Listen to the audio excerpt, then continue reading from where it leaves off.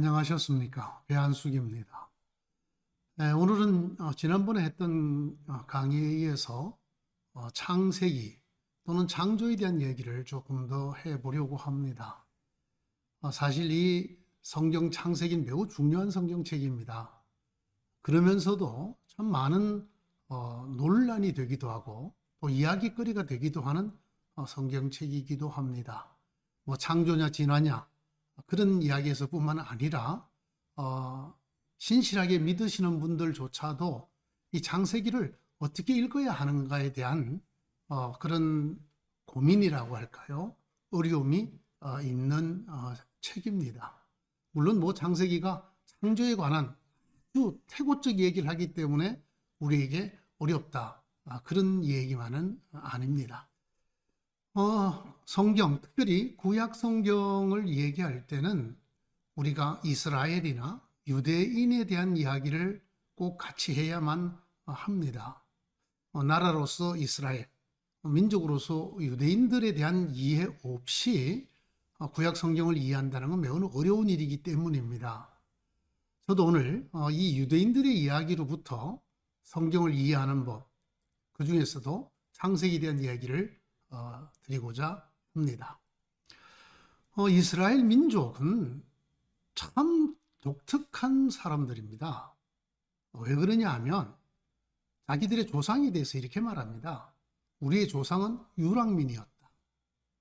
우리의 조상은 노예들이었다. 노예들. 우리는 노예들의 후손이다. 아마 이렇게 말하는 민족이나 나라가 이 세상에 따로 존재할까요? 아마 유대인들이 유일하지 않는가 그렇게 생각을 합니다. 이 독특한 민족인 유대인들이 만든 몇 가지가 있습니다. 아주 세계사적인 것들이지요. 전 세계적인. 첫째가 그들이 만든 나라입니다. 이스라엘이라고 부르는 나라이지요. 왜 이 나라가 세계사적이냐? 여러분, 이 나라의 역사를 아시죠? 이 나라가 완전히 멸망했다가 1878년 만에 되살아난 나라입니다. 뭐 그냥 우리가 흔히 쓰는 말로 부활한 나라라고 할까요? 지금까지 역사에서 한 나라나 한 민족이 그들이 살던 땅에서 쫓겨나고 그리고 그들의 나라가 없어지고 그리고 1, 2년이 아니고 100, 200년이 아니고 1878년 만에 이 지구 역사 속에 다시 등장한 나라는 이스라엘이라는 나라밖에 없습니다. 이스라엘이 완전히 이 땅에서 멸절한 게 주후 70년이니까요. 그리고 다시 이스라엘이 역사에 등장한 것은 1948년이었으니까 자그마치 1878년 만에 나라가 다시 살아난 참 어떻게 보면 대단한 그런 나라이지요. 이걸 만든 민족입니다. 두 번째는 그들이 만든 종교인데요. 그들이 만든 종교를 유대교라고 흔히들 말씀을 하지요. 여러분, 이 유대교 정말 수천 년 동안 엄청난 핍박을 받았던 종교입니다. 이것을 신봉하는 것 때문에 그들이 얼마나 많이 죽임을 당하고 어려움을 당하고 배척을 당했는지 알지 못합니다. 그렇게 수천 년을 지냈음에도 불구하고 참 수많은 고초와 그리고 순환 속에서도 맥락이 끊어지지 않은 종교입니다. 그렇게 명맥을 이어왔을 뿐 아니라 어떻게 보면 다시 되살아나는 흥황되는 그런 종교의 하나가 유대교죠. 이것 역시 유대인들이 만든 것입니다. 하나 더 있습니다. 그것은 그들이 세계 속에 내놓은 책입니다. 그 책을 그들은 타나크라고 부릅니다. 타나크. 오늘날 소위 구약 성경이라고 부르는 책이지요. 이 책을 유대인들이 만들었습니다. 이 책이 경전화된 것은 주후 90년입니다만은 이 책을 전 세계에 보급한 나라가 민족이 이스라엘이고 유대민족이지요. 아마 전 세계에서 지금도 가장 많이 팔리고 가장 많이 읽히는 책 속에 이 책이 들어있다고 생각을 합니다. 이 세 가지를 만든 민족이 유대인인데요. 이 세 가지를 만든 유대인들에게 매우 특이한 것이 하나 더 있습니다. 그것은 뭐냐면 제가 지금 앞에서 말씀드렸던 나라, 그리고 종교, 그리고 경전, 이 세 가지가 모두 한 기원을 갖고 있다는 것입니다. 모든 것이 한 사건으로부터 유래한다고 하는 것입니다. 그것이 무엇일까요? 이스라엘은, 유대인들은 그것을 출애굽이라고 말을 합니다. 출애굽. 여러분, 출애굽이라는 말은 애굽 탈출이라는 말이죠. 출애굽기라는 성경책 제목도 같은 것인데요. 애굽 탈출기, 애굽에서 탈출한 이야기라는 내용을 갖고 있습니다. 이스라엘의 나라가, 그리고 그들의 종교인 유대교가, 그리고 그들의 경전인 타나크, 즉 구약 성경이 모두 이 출애굽으로부터 기원을 하고 있다는 말입니다. 유대인들에게 묻습니다. 당신들의 나라가 언제 시작되었습니까? 네, 출애굽부터입니다. 그들에게 묻습니다. 당신들이 어떻게 유대인인, 즉 유대교를 갖게 되었습니까? 예, 출애굽하는 과정에서였습니다. 당신들이 어떻게 유대인이라는 민족이 되었습니까? 네, 출애굽을 통해서입니다. 자, 출애굽. 사실 유대인들, 이스라엘에게 모든 것은 이 출애굽으로부터 시작을 하는 것입니다. 그렇기 때문에 이 출애굽을 알아야만 우리가 유대인을 알 수가 있습니다. 그리고 유대인을 알아야만 우리가 말하는 성경, 특별히 구약 성경들을 제대로 알 수가 있습니다. 유대인들이 얘기하는 자기들의 고대 역사입니다. 그들은 이렇게 말을 합니다. 우리 조상들은 떠돌아다니던 소수의 유랑민이었습니다. 그렇다가 우리 선조들이 이집트라는 나라에 몸붙여 살려고 내려갔습니다. 그런데 거기서 그만 노예가 되었습니다. 그 노예 생활을 400년이 넘도록 했습니다. 그러던 어느 날 그들은 노예에서 이집트를 탈출하는, 이집트로부터, 노예로부터 탈출하는 일이 일어나게 되었습니다. 쉽지 않았습니다. 바다도 건너야 했고 긴 광야 생활도 해야 했었습니다. 그리고 넘실거리는 강물도 건너야 했었습니다. 그리고 마침내 노예에서 나라가 되었습니다. 이것이 이스라엘입니다. 이것이 출애굽입니다. 여러분, 이것이 이스라엘, 유대인의 모든 것의 시작입니다. 이 출애굽이 없으면 이스라엘이 없고, 이 출애굽이 없으면 유대인이 없고 유대교가 없게 됩니다. 이스라엘의 기원과 원형이, 유대인의 기원과 원형이 모두 이 출애굽에 들어 있습니다. 그들의 신앙도 마찬가지입니다. 그들은 출애굽 중에 하나님의 백성이 됩니다. 그리고 하나님께서 그들의 하나님이 되십니다. 그렇기 때문에 이 유대인들은 자기 자손들에게 대대로 출애굽을 가르쳤습니다. 우리가 노예했던 그 땅에서 어떻게 나오고 어떻게 하나님과 계약을 맺고 하나님의 백성이 되고 하나님께서 우리의 하나님이 되셨는가, 하나님께서 어떻게 노예했던 우리를 큰 능력으로 이끌어내서 우여곡절 끝에 이 가나안 땅에 들어오게 되고 나라를 갖게 되었는가 하는 것을 그들은 꼭 그 후손들에게 전해 주었습니다. 성경 두 군데 정도 이런 이스라엘이 자기들의 고대사에 대해서, 자기들의 기원에 대해서 고백하는 고백이 한 두 군데 정도 나와 있습니다. 그 첫 번째가 신명기 26장이고요. 또 하나는 여호수아서 24장입니다. 이 신명기 26장에는 햇곡식을 드리는 제사법, 이제 추수를 해서 처음 곡식을 거두어 들였을 때 그걸 하나님 앞에 바치는 제사법을 설명하는 가운데 나오는 내용입니다. 제가 한번 읽어 보겠습니다. 너희가 하나님께서 주시는 땅에 들어가 첫 곡식의 열매를 거두거든 그 곡식을 제사장께 가져가서 이렇게 고백하며 제사를 드리라. 하나님, 우리 조상은 떠돌아다니던 아람 사람으로 몇 안 되는 사람들을 데리고 이집트에 내려가 몸부쳐 살았습니다. 중간에 좀 건너뛰겠습니다.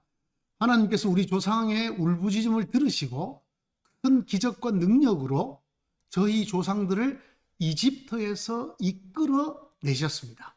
그리고 젖과 꿀이 흐르는 이 땅을 주셨습니다. 여기 하나님께서 주신 땅에 첫 열매를 가져왔습니다.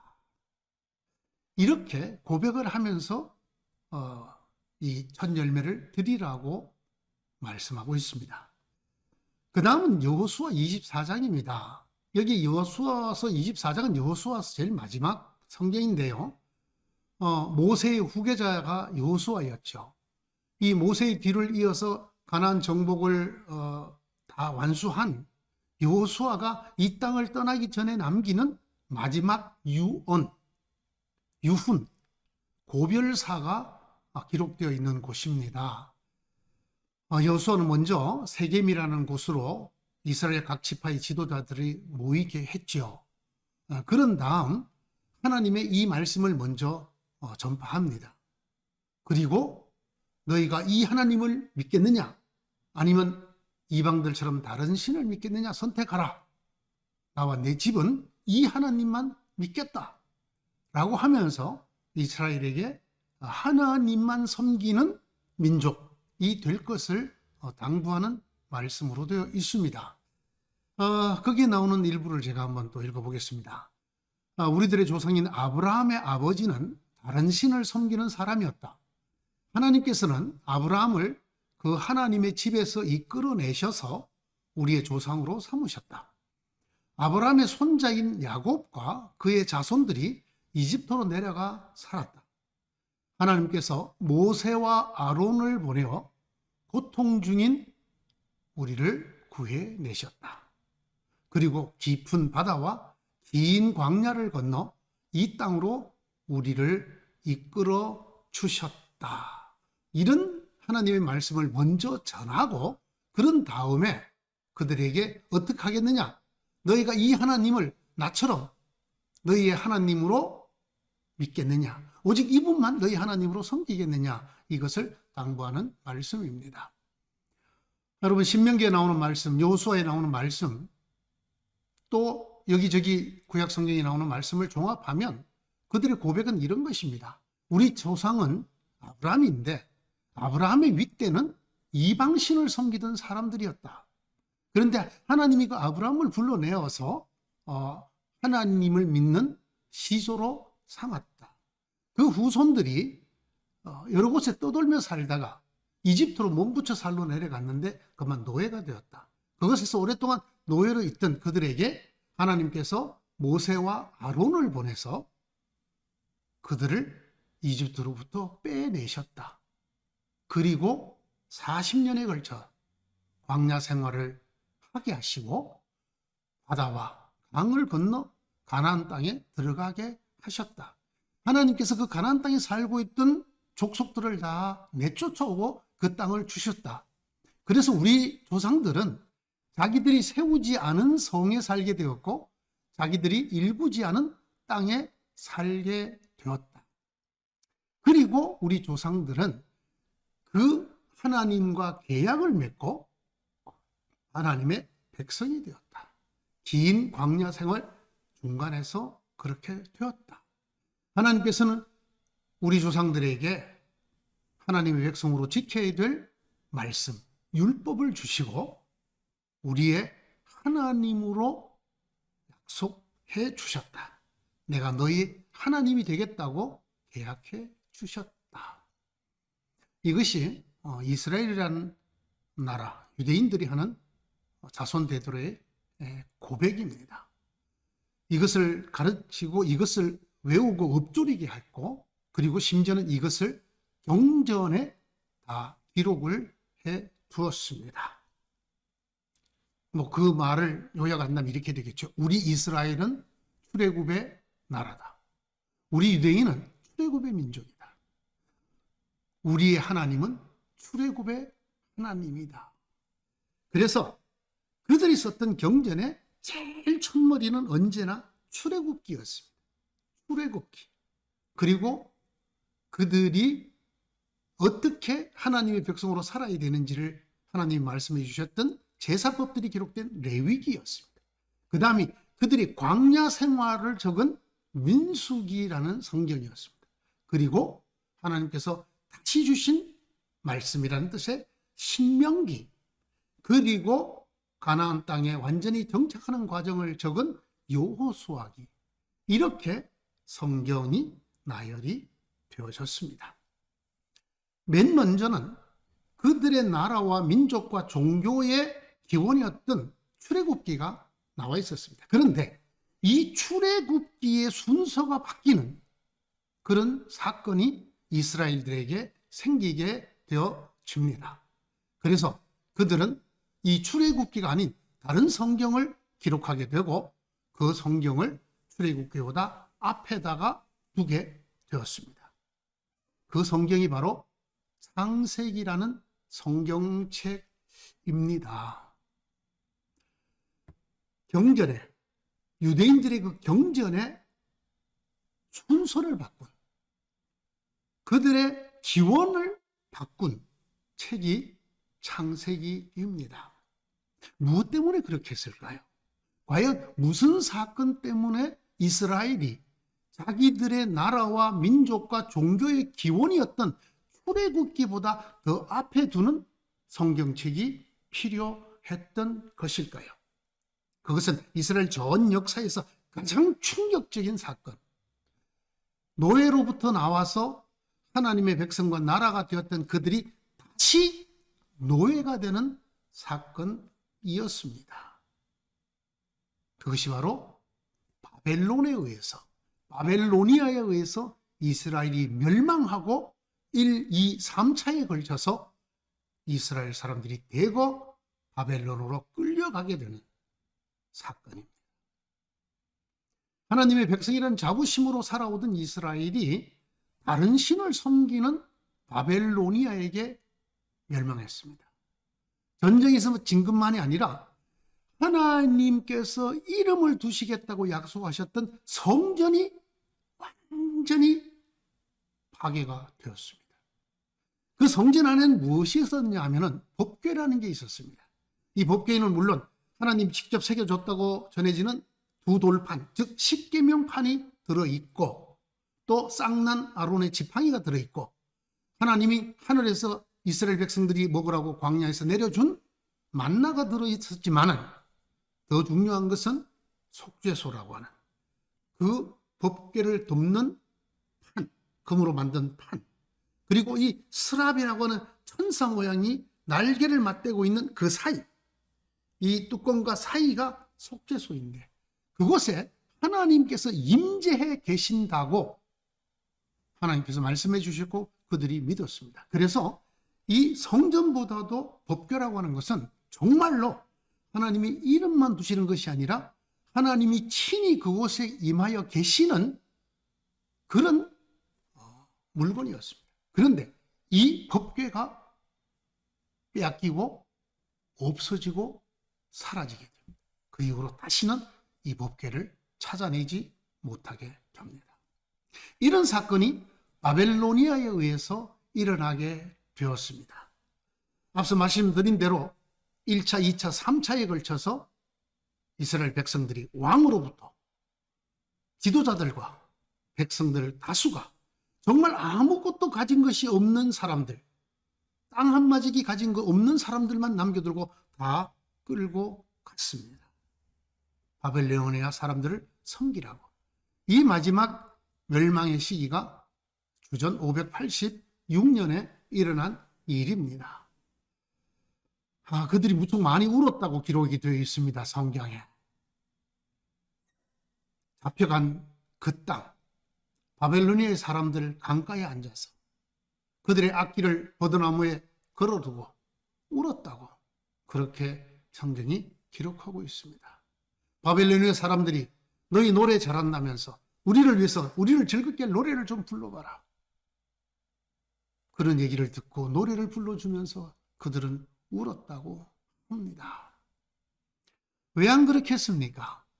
노예했던 그들이 하나님에 의해서 나라가 된 그 강대국이었던 이집트로부터 탈출을 하고 군대가 되고 나라가 된 그들입니다. 그것을 하나님께서 그렇게 해주셨다고 굳건히 믿고 그 하나님께서 자기의 이름을 두는 성전을 허락해 주셨고 그 성전 안에 하나님이 직접 임하여 계시는 법궤까지 주신 민족입니다. 나라입니다. 그런데 그들이 하나님이 없는 다른 민족에게 멸절을 당하고 그 성전과 법궤가 부서지고 사라지게 되어졌습니다. 그들이 하나님에게 울부짖습니다. 우리를 노예 땅에서 건져내신 하나님, 노예였던 우리를 군대가 되고 나라가 되게 하신 하나님, 왜 우리를 버리시나이까?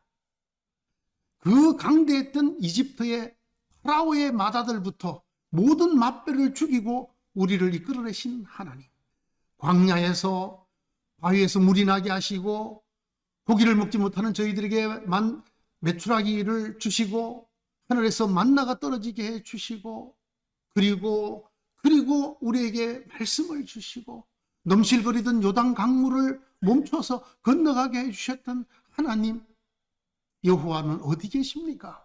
왜 우리를 버리시는 것입니까?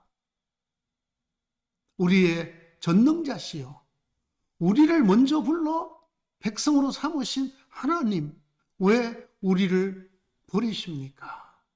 그들이 두고 온 시온 땅을 생각하면서 부서진 성전을 생각하면서 빼앗긴 법궤를 생각하면서 그들은 이렇게 울부짖었습니다. 그들이 가본 바벨로니아는 엄청난 국가였습니다. 그들이 섬기는 신 이름이 마르둑이라는 신이었는데 그 마르둑을 섬기는 바벨론은 정말 크고 견고한 도성이었습니다. 그들의 제단, 쌓아 올린 탑들은 하늘에 닿을 것 같이 보였습니다. 일찍 이스라엘이 경험하지 못했던 거대한 건축물이었습니다. 특별히 그들의 제단이라고 일컬어졌던 지구라시라고 하는 것은 정말 하늘에 닿을 것처럼 보이는 건축물이었습니다. 그들이 출입하는 성문만 해도 전혀 지금까지 본 적이 없는 크고 놀랍고 뛰어난 것이었습니다. 더 기막힌 것은 그 바벨론 사람들이 이스라엘 사람들에게 말합니다. 너희는 이 온 세상 천지를 누가 만들었는지 아느냐? 우리의 신 마르둑이 만들었다. 이스라엘은 지금까지 천지를 누가 만들었냐에 대해서 관심이 없었습니다. 오직 출애굽밖에는 그들은 알 필요가 없었습니다. 그런데 출애굽이 아니라 천하 만물을 만든 이야기를 합니다. 그게 바로 우리들의 신 마르둑이 만들었다고 말을 합니다. 너희는 들어보았느냐? 온 지면을 덮었던 큰 홍수가 있었느니라. 그 홍수에서 우리를 누가 구해준지 아느냐? 길가메시라는 영웅이 구해내었느니라. 이런 이야기를 해줍니다. 그리고 저 신전이 바로 그 마르둑을 섬기는 신전이라고 얘기를 합니다. 이스라엘 백성들은 다른 의미의 눈물을 쏟게 됩니다. 어찌하여 우리를 이방인의 손에 넘기십니까? 라는 물음과 울부짖음이 아니라 하나님, 마르둑이 누굽니까?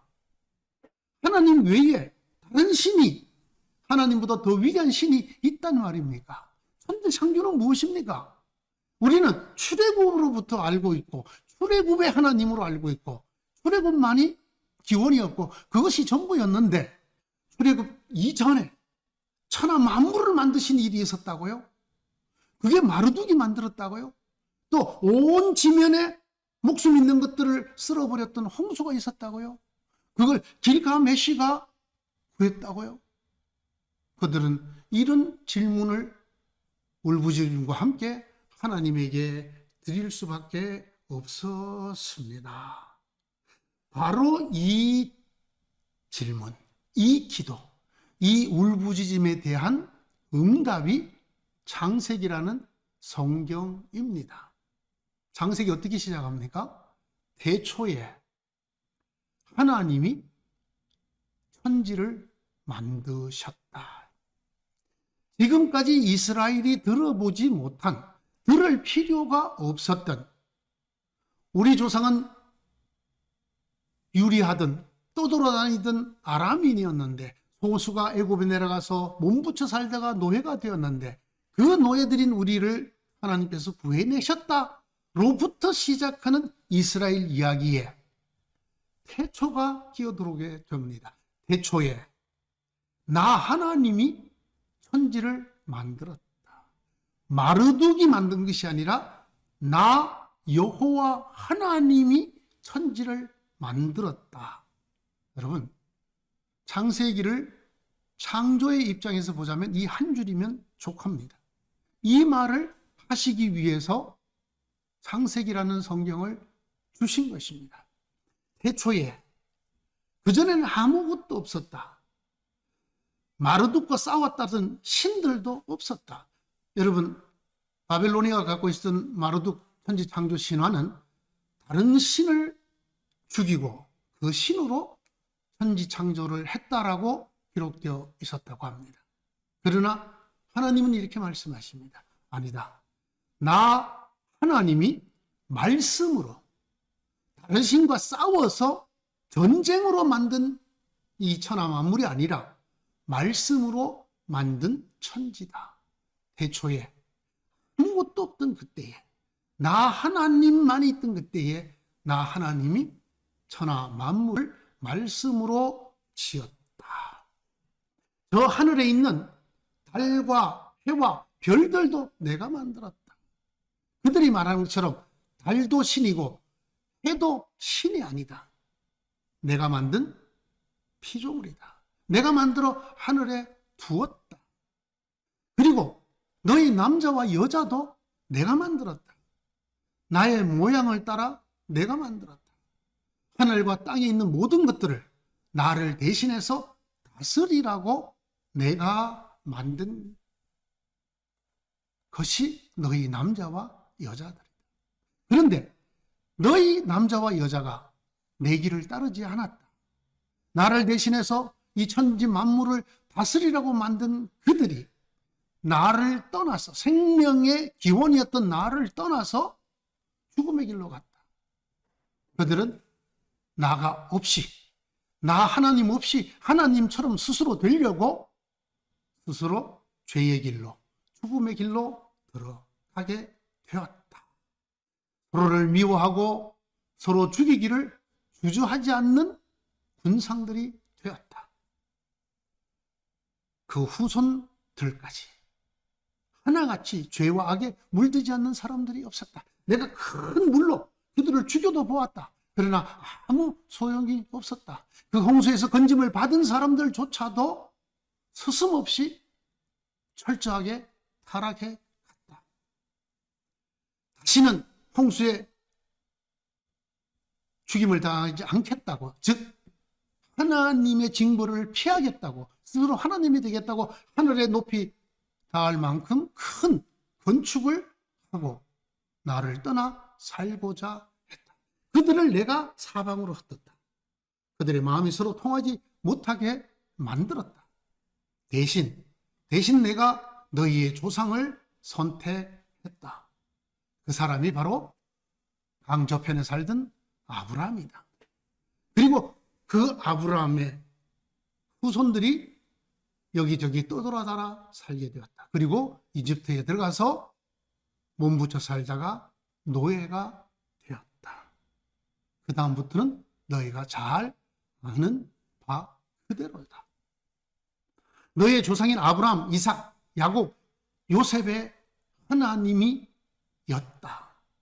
너희를 이집트에서 끌어내기 전에. 여러분, 이것이 창세기입니다. 창세기는 이렇게 이스라엘 사람들의 기원의 기원을 밝히는 책이지, 천지가 어떻게 만들어졌느냐라는 창조에 대한 서술서가 아닙니다. 인간과 만물의 근원이 하나님이라는 것을 말씀하시는 것입니다. 특별히 인간의 근원, 인간의 존재와 생명의 근원이 누구로부터, 즉 하나님으로부터 왔다는 것을 말하려고 하는 책입니다. 인간의 생명이 어떻게 시작되었는가? 그런데 그 인간들이 어떻게 생명의 길이 아닌 죽음의 길로 가게 되었는가? 어떻게 생명의 기원이고 존재의 기원인 하나님으로부터 멀어졌는가? 어떻게 인간이라는 존재가 전적으로 타락하고 부패하게 되었는가? 하나님께서는 그 인간들을 어떻게 구제하려고 하셨는가? 왜 그들의 조상, 떠돌아다니던, 그리고 나중에 노예가 된 그들을 선택하셨는가? 그들을 통해서 어떻게 출애굽하셨는가를 얘기하기 전에, 그 전에 무슨 일이 있었는가를 밝히는 책이 창세기입니다. 다른 말로는 생명과 타락과 죄와 심판과 구원의 기원, 생명이 어떻게 시작되고 죄가 어떻게 들어오고 어떻게 인류가 타락하고 그것을 어떻게 하나님이 심판해 보았고, 또는 하나님께서 어떻게 그 심판 넘어 구원을 주려고 하셨는지를, 이스라엘이 다 잘 알고 있는 출애굽 이전에 무슨 일이 있었는가를 설명하는 책입니다. 이 창세기와 관련되어서 생각되는 것 중에 가장 안타까운 것이 있습니다. 그것은 바로 이 창세기라는 이름입니다. 정말 잘못 지어진 이름이다, 이런 생각을 합니다. 물론 히브리 성경에는 본래 제목이 없습니다. 그들은 그 성경의 첫 글자를 따서 제목처럼 불렀습니다. 그래서 히브리인들은 이 창세기를 브레시트, 처음에라는 글자로 불렀습니다. 저는 이 제목이 괜찮다고 생각합니다. 처음에 무슨 일이 있었는가? 이스라엘의 처음에, 인간의 처음에, 또는 이 만물의 처음에 등등 말입니다. 이 책의 이름을 정확하게 붙인 것은 소위 70인역이라고 하는 성경책입니다. 근데 이 70인역에서는 성경책 이름을 게네시스라고 지었습니다. 오늘날 영어로 제네시스라고 부르는 이름이지요. 이 게네시스의 뜻은 오리진, 즉 기원이라는 뜻입니다. 기원, 시작, 기원이라는 뜻입니다. 브레시트든 이 게네시스든 어떤 기원을 설명하는 책이라고 창세기를 보았습니다. 그런데 지금 우리가 갖고 있는 성경책은 세상을 창조한 이야기, 세상을 만든 이야기라는 창세기라는 이름으로 쓰고 있습니다. 여러분, 창세기를 읽어보시면 이 세상을 만든 이야기는 내용면에서나 주제면에서나 일부분이라는 것을 금방 알게 됩니다. 그런데 어떻게 이 일부분이었던 창조에 대한 이야기를 이 책 전체의 제목으로 삼았는지 참 안타깝습니다. 많은 사람들이 창세기라는 말을 통해서 이 책은 세상을 창조한 이야기를 쓰고 있는가 보다, 이런 오해를 하게 됩니다. 이 적지 않은 이런 오해 참 안타깝습니다. 사실 창세기는 이름과 관계없이 과학적 사실을 얘기해 주는 책이 아닙니다. 또 혹은 역사를 얘기하는 그런 책도 아닙니다. 그러니까 인류의 고대 역사가 어떤 것이었는가, 인간의 역사 시대 이전에 무슨 역사가 있었느냐, 이런 이야기를 하는 책도 전혀 아닙니다. 창세기는 이 기원이라는 게네시스라는 책은 본질과 기원에 대한 책입니다. 그것을 알려주는 책입니다. 생명과 죄와 타락과 심판과 구원의, 그리고 선택의 기원, 그리고 그것의 본질이 무엇인가를 알려주는 책입니다. 창세기를 놓고 창조냐 진화냐, 참 안타까운 오해가 벌어지고 있죠. 또는 인류의 원역사가 창세기에 있느냐 아니냐, 이것 역시 참 안타까운 이야기입니다. 여러분, 창세기 어떻게 읽어야 될까요? 창세기 이렇게 읽으셔야 됩니다. 제가 앞에 말씀드린 생명과 죄와 타락과 심판과 구원과 선택, 이것들의 기원이 무엇이며 본질이 무엇인가를 알기 위해서 읽으셔야 합니다. 그것이 창세기를 바로 읽는 것입니다. 바로 이해하는 것입니다. 한 가지 팁을 더 드립니다. 이 창세기를 읽으실 때 같이 읽으면 아주 좋은 성경이 있습니다. 그것은 예레미야서라는 구약의 예언서입니다. 이 예레미야서는 바로 이스라엘이 이 충격적인 사건, 바벨로니아에서 멸망당하고 1차, 2차, 3차에 걸쳐서 포로로 끌려갔던, 그래서 창세기라는 하나님의 책이 등장할 수밖에 없게 된 그 모든 전말을 예언하고 적어놓은 책이 예레미야서입니다. 여러분, 이 예레미야서와 창세기를 같이 읽으면 창세기를 훨씬 더 잘 이해할 수 있게 될 것이라고 생각합니다. 조금 더 관심이 있으신 분들은 다니엘서도 같이 읽으시면 바로 이것이 그때의 이야기라는 것을 알 수가 있고, 또 다니엘과 예레미야를 통해서 거꾸로 어떻게 이스라엘이 창세기라는 말씀을 받을 수밖에 없었는가 하는 것을 알 수 있게 될 것입니다. 창세기, 이런 책이었습니다. 여기까지 하겠습니다.